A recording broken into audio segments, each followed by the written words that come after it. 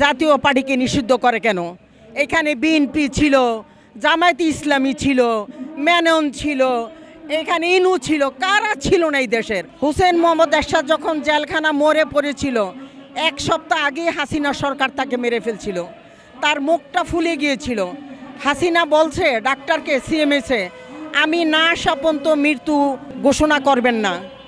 এমন একটা অসভ্য মহিলা প্রাইম মিনিস্টার, দেশের মানুষের তো সর্বনাশ করছে।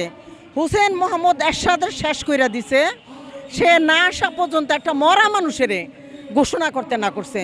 মুখটা ফুলে গিয়েছিল, লাশ ফুলে গেছে। তো পাতলা মানুষ, আর্মি মানুষ, সে সবসময় ব্যায়াম করতে আমরা দেখেছি।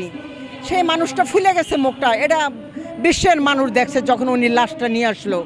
তো আমি বলবো যে দেশবাসীকে, আপনাদের কাছে অনুরোধ করব, এটা বিভিন্ন প্রোগ্রামে, টক শোতে আমি দেখি জাতীয় পার্টিকে নিষিদ্ধ করে কেন? এখানে বিএনপি ছিল, জামায়াতে ইসলামী ছিল, মেনন ছিল, এখানে ইনু ছিল, কারা ছিল না এই দেশের? সর্বস্তরের মানুষ ছিল, রাজনীতিবিদরা হাসিনার লোকে নির্বাচন করছে মিলেমিশে। এখন জাতীয় পার্টির কি দোষ হলো? জাতীয় পার্টির হাতে কোনো রক্তের দাগ নাই। আমি বলবো, আমি আজ 40 বছর পার্টি করি, এখনও আছি। জনগণ আমাকে কতটুকু চিনে আমি জানি না, তবে আপনাদের দোয়ায় বেঁচে আছি। 1999 সালে আমি এই রাজপথে আহত হয়েছিলাম। আমি 3 মাস হাসপাতাল ছিলাম, নিউয়ারা হসপিটালে। এই হাসিনা সরকার সন্ত্রাসীরা আমাকে মেরে রাজপথে ফালায় রাখছিল প্রেস ক্লাবে।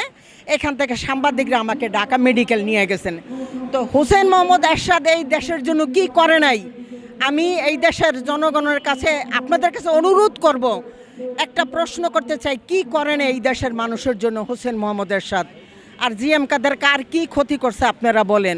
উনি তো পার্টি করতেছে, মানুষের কাজ করতেছে। জিএম কাদের কারো কোনো ক্ষতি করেন? উনি শুধু একটা কথা বলছে, আমি ইন্ডিয়া আমাকে দাওয়াত দিয়েছিল, কিন্তু তাদের হুকুম ছাড়া আমি কিছু বলতে পারবো না। এইটা উনি ঠিক হয় নাই বলাটা। উনি বলতে পারতো আমি আপনাদের সাথে পরে কথা বলবো, এই কথার বলতে পারতো সাংবাদিকরে। এখন উনি আমার অনেক সিনিয়র, উনি স্যারের ভাই, উনি তো আমাদেরকে জিজ্ঞেস করে কথাটা বলে নাই। উনির মন থেকে, উনি সরল মানুষ, উনির মন থেকে উনি কথাটা বলেছেন যে আমি ওইখানের কথা ছাড়া কিছু বলতে পারবো না। এটা উনির বলা ঠিক হয় নাই।